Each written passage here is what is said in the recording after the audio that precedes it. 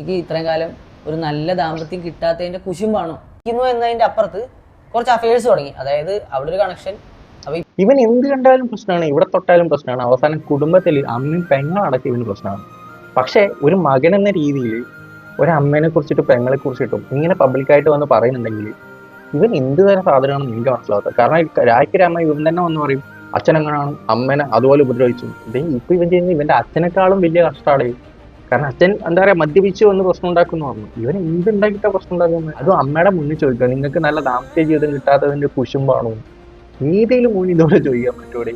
ഇവന് ശരിക്കും വെച്ചാൽ എന്തൊരു അസുഖമാണ്. കാരണം ഇവൻ കാണുന്നതല്ല ഇവന് പ്രശ്നമാണ്.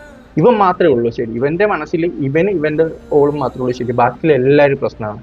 ഇത് ശരിക്കും ഒരുതരം രോഗമാണ്. ഈ രോഗം ഉണ്ടാക്കി കൊടുത്തതും വേണമെങ്കിൽ നമ്മളാണെന്ന് പറയും. കാരണം എന്താ വെച്ചാൽ ഇവന്റെ ആദ്യത്തെ വീഡിയോസ് ഒക്കെ എടുത്തു നോക്കിയാൽ എനിക്ക് മനസ്സിലാവും അത്യാവശ്യം നല്ല വീഡിയോസ് ആണ്. പിന്നെ ഏതോ ഇങ്ങനെ നെഗറ്റീവ് വീഡിയോ ഇടുമ്പോൾ ഇവന് നല്ല രീതിയിൽ റീച്ച് കയറാൻ തുടങ്ങി. കാരണം നല്ല രീതിയിൽ തെറി വിളിച്ചുകൊണ്ട് കമന്റ് ഇടും, നമ്മൾ തന്നെ വേറെ ഷെയർ ചെയ്ത് കൊടുക്കും. അങ്ങനെ റീച്ച് കയറി അത് ഇവനൊരു ലഹരിയായി. പിന്നെ നല്ല രീതിയിൽ എന്താ പറയുക പൈസ വരാൻ തുടങ്ങി, പ്രൊമോഷൻ വർക്ക് വരാൻ തുടങ്ങി.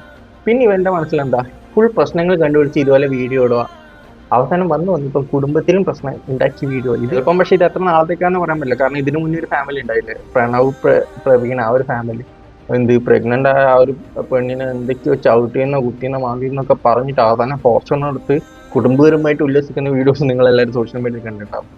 ഇതേപോലെ തന്നെയാണ്. കാരണം ഇവന്റെ അമ്മേനും പെങ്ങളെയും കുറിച്ച് ഒരു മോശം പറഞ്ഞ ഒരു വീഡിയോ, ആ വീഡിയോന്റെ തൊട്ടടുത്ത വീഡിയോ പ്രൊമോഷൻ വീഡിയോ ആണ് ഇന്നിട്ടത്.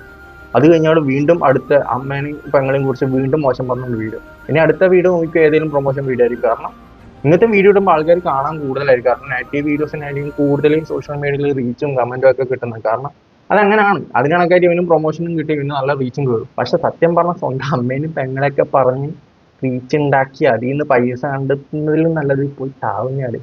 കാരണം മാനിയിട്ട് അല്ലെങ്കിൽ ഒരു മനസാക്ഷിയിലെ മക്കൾക്കോ അല്ലെങ്കിൽ ആർക്കും തന്നെ ഇതുപോലെ പൈസ ഉണ്ടാക്കാനും തോന്നത്തില്ല, സത്യമായിട്ടും തോന്നത്തില്ല.